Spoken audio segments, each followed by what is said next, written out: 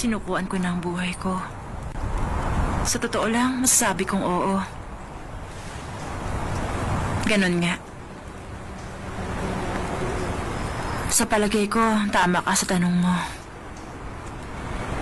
Naging miserable ako. Masakit maabandona ng 2 beses. Walang kasing sakit yun.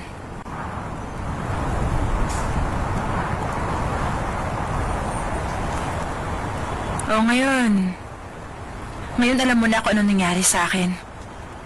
Makakatulong ba yun sa trabaho mo? Hindi na mahalaga. Ako may hawak ng kaso mo.